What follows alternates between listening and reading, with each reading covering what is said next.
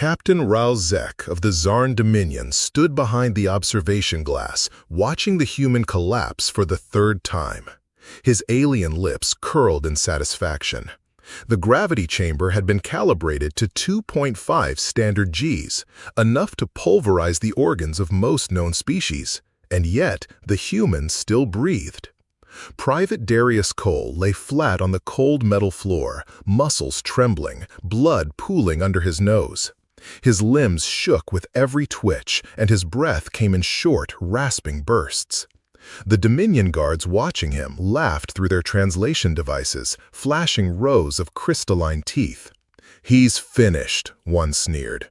Ralzek narrowed his eyes. "No," he said quietly. "He's getting back up." And he was. With a grunt that sounded more like defiance than pain, Cole pushed one trembling hand against the ground. His body screamed, bones ached, veins throbbed in his forehead like overworked hydraulic pumps. But inch by inch, he rose, first to a knee, then to his feet. The observation room fell silent, no words, just disbelief. Darius Cole looked up at the camera lens, spit blood, and grinned. "Is that all you've got?" he rasped. "Crank it to 3. One of the engineers dropped a tablet in shock. 3 Gs? That would kill him! Ralzek didn't respond. His claw hovered above the console. He wasn't afraid of human death. He was afraid of human defiance. He needed to know if the stories were true. With a single tap, he activated the override. The chamber groaned. Gravity 3.0. Inside, the air seemed to thicken like wet cement. The sound of bones grinding filled the chamber. Cole collapsed again, this time with a scream. Every nerve fiber lit up with agony. His vision blurred, his ears rang, but he wasn't dead. In fact, somewhere deep in the suffering, he laughed. He laughed. Ralzek stared, stunned. The man was dying, and still laughing? Cole's voice came through the intercom, distorted but clear. "You think gravity breaks us? We were born under pressure, raised in storms, trained to suffer. You're not breaking me, you're making me stronger." That wasn't in any Dominion psychological profile. Cole wasn't just surviving, he was adapting. His muscles began to twitch rhythmically, slowly at first, then with purpose. His spine realigning under strain.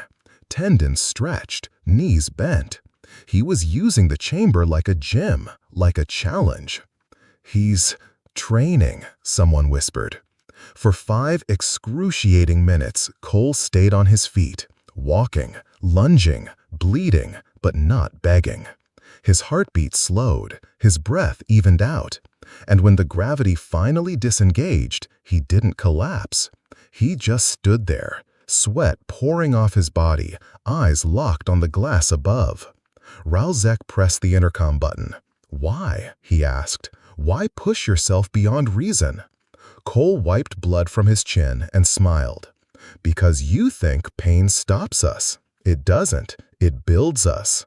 On Earth, we run into fires, climb mountains that kill, dive into oceans with lungs full of fear. We don't stop when it hurts. We stop when the job's done." Silence. Then the lights cut out. Emergency sirens rang. In the confusion, the human disappeared. Hours later, Dominion Command received a message. A grainy transmission showing Cole sprinting across a launch deck, dragging 2 unconscious prisoners to a stolen shuttle, under triple gravity. The message ended with 6 words scrawled in blood on a Dominion wall. "Send more gravity next time."